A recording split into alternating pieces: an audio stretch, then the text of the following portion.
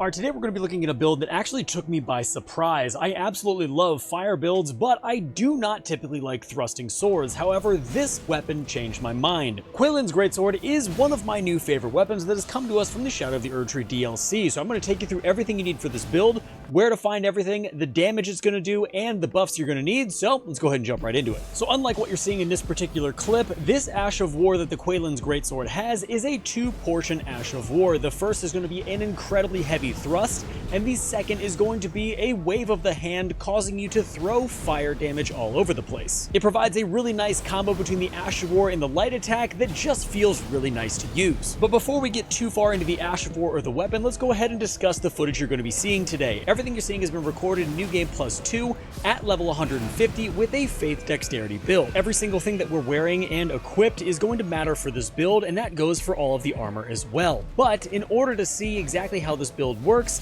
I want to go ahead and go over the stats first with you. So first and foremost, we are going to be looking at 60 vigor, 17 mind, 28 endurance, 16 strength, 20 dexterity, 7 intelligence, 70 faith, and 11 arcane. Now the reason the faith is so high with this build and the dexterity is not is because basically you only need to meet the dexterity requirement in order for you to use this weapon. The majority of the damage that you're going to get out of this weapon is going to come from a faith scaling, which is going to be your fire damage and the flame skewer Ash of War. And although there is physical damage for this weapon, the fire damage is going to far exceed any physical damage that you're going to get out of this heavy thrusting sword with this particular build. Now speaking of the damage for this weapon, let's go ahead and just look at the weapon stats overall. First and foremost, you're going to have 212 plus 17 physical damage. Your fire damage is going to be 266 plus 225, which we are going to be boosting later in this video. The attribute scaling is Strength E, Dexterity E, and Faith B, and your attributes required are 14 Strength, 18 dexterity, and 12 faith. Now this weapon is going to be pretty much a normal thrusting sword when you acquire it because it's only going to have impaling thrust on it, and although that is a very good Ash of War,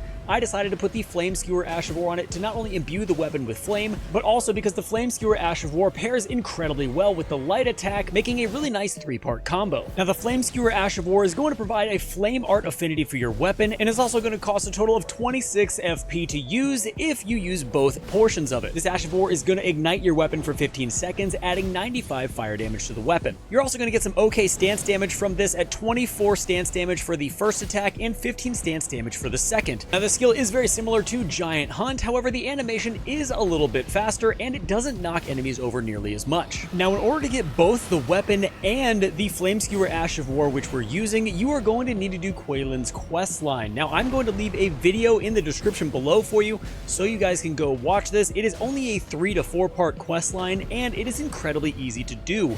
You can get this combination very early in the DLC, right after Castle Ensis, and it's definitely worth using. Now when it comes to your talismans of the build, I'm sure there are a ton of different talisman combinations in order to make this weapon great. However, I feel I've landed on one that is going to do the weapon justice and allow you to get a lot of damage out while having a really good time playing with this weapon. So the first talisman we're using is the Shard of Alexander. This is going to give us a 15% increase to all of our skills and Ashes of War, allowing that flame skewer to hit just that much harder.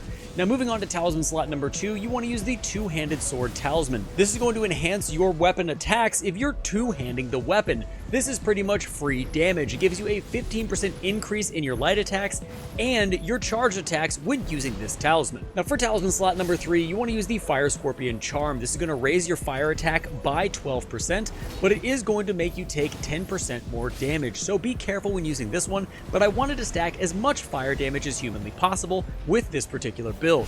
And finally, we're using the Spear Talisman in slot number 3. This is going to enhance your counterattacks unique to thrusting weapons, and considering we're using a heavy thrusting sword, we are going to get a little bit more damage out of this weapon while using this talisman when we're fighting an enemy. Now because I am mainly focused on the Flame Skewer Ash of War with this weapon and not hitting a ton of successive attacks, that is the reason I'm not using the Milson's Prosthesis or the Rottenwing Sword Insignia. However, if you don't want to use the Spear Talisman, any of the talismans I'm showing on the screen now will work perfectly in slot number 4, but at that point, in my opinion, it's just personal preference and you can do whatever you'd like. Either way, you're going to get great results out of this setup. Now in order to find all of these talismans, the Shard of Alexander is going to be located at the end of Alexander's questline, and I will leave a link to that video down in the description below so you guys can follow on step by step and find that for yourself. The two-handed Sword Talisman is going to be our DLC Talisman, and this is going to be located in the Temple Town Ruins, located right here on the map. You're just going to have to crawl up to the tallest tower, and it will be sitting inside of a chest. The Fire Scorpion Charm is going to be located in Mount Gelmir. After you make it through Seathwater Terminus, it's going to be located within Fort Lee. And lastly, the Spear Talisman is going to be located inside the Lakeside Crystal Cave dungeon near a demi-human campfire within a chest. Moving on into the armor, we're going to be using the Winged Serpent Helm as well as the entire Rakshasa armor set minus the helmet. The reason being is the Rakshasa armor set is basically free damage. It's going to give you 2% increased damage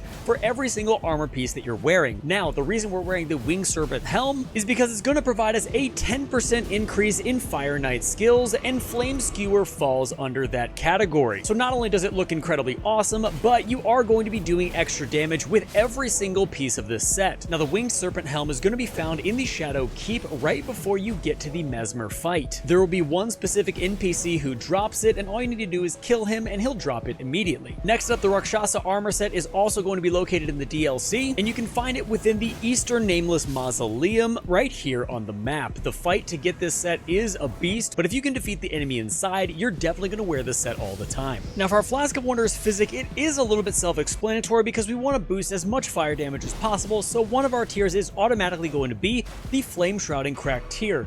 This is going to temporarily boost our fire attacks by 20%, which is a massive damage boost, and that's going to stack on top of our Fire Scorpion Charm, giving us roughly about 32% increased fire damage. But that's not going to end there. We are going to use a buff later on in order to get even higher fire damage, but our second tier is going to be the Bloodsucking Crack tier. Now, in my opinion, this is a high skill, high reward tier because you are constantly having to watch your health because you lose health per second, but on the other end, you gain 20% increased attack power. So if you can kill your enemy fast enough and not get hit a ton, this tier is going to benefit you like crazy. Now, I will say, if you don't want to use the Bloodsucking Crack tier and worry about your health constantly draining, you can use something like the Greenburst Crystal tier or potentially the Thorny Crack tier if you're going for successive attacks. But with these two particular tiers, this setup works very well, allowing you to maximize your damage. Now, in order to get the Bloodsucking Crack tier, you are going to have to venture into the DLC. You're going to have to go to the Ruins of Unte right here on the map, and you're going to have to defeat the Furnace Golem that is laying down blocking the church door. After defeating this golem by throwing a furnace pot into its head, you will then be rewarded with this crack tier. Now, the Flame Shrouding Crack tier is going to be much sooner in the game, dropped by the Putrid Avatar guarding the Minor Erd Tree in Caelid, right here on the map just east of the Smoldering Church. And lastly, we do need to go over the buffs of the build. So this is a primarily Faith build, so we are going to have the Faith to pull off Flame Grant Me Strength and Golden Vow. The reason we're using Flame Grant Me Strength is, you guessed it, we are going to be boosting our fire damage even higher by 20%, also giving us plus 20% physical damage, as well as some great stamina recovery speed.